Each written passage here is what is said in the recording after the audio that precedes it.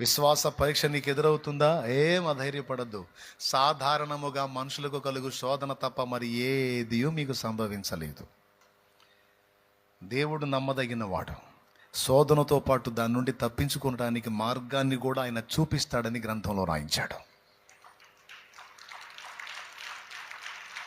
తప్పకుండా దారి చూపిస్తాడు. సందేహించాల్సిన అవసరం ఏం లేదు.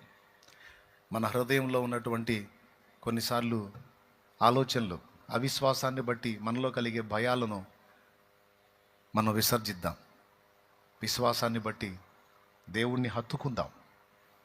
ఆయన నమ్మదగిన వాడు, ఎంతైనా నమ్మదగిన వాడు.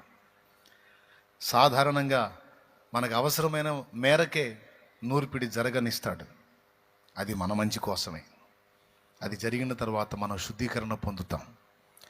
భూమి మీద మనుషులకు మనం ప్రయోజనకరంగా మారుతాం. రేపు నిత్యత్వంలో పరిపాలన చేయడానికి కూడా యోగ్యులంగా మారుతాం.